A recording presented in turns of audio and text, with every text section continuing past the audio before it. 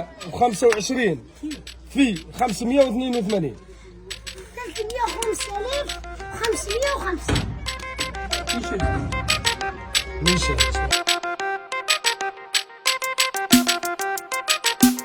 ليه تلقى طفل يعرف يحسب ما يعرفش يحسب وانا كفايه نعرف نحسب. انا زعما سليم انا نشوف ما نعرفش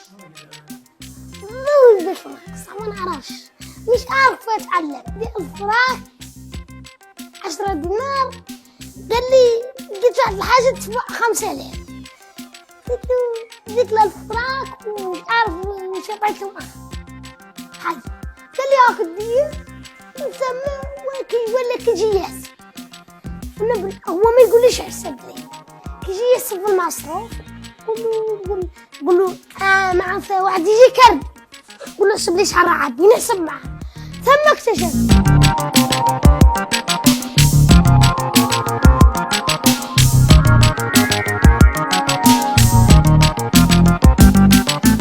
القرايه الله يبارك. الرياضيات لغه يقرا يعرف كل شيء الغروش يعرف حتى جد سوف كون تقولها له يسمي لك حتى جدود كبار انا ما نعرفهمش هو يعرف يقرا وحده ما كاش لا يقريه.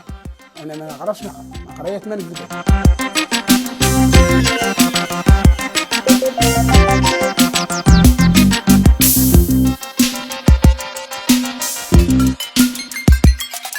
الحمد لله كان معنا سعد وليد الحومه اللي متربي معنا وكامل تعرفوه وكامل الجزائر تعرفوه.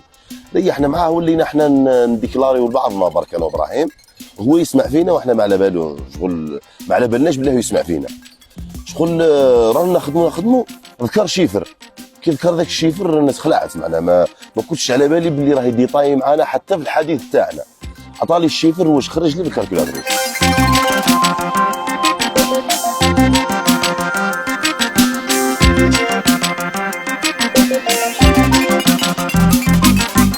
أنا نتمنى أنه التدرج الدراسي تاعو الأكاديمي يكون متبوع بتعلم اللغة الإنجليزية بتعلم العلوم اللي تنفعه إن شاء الله.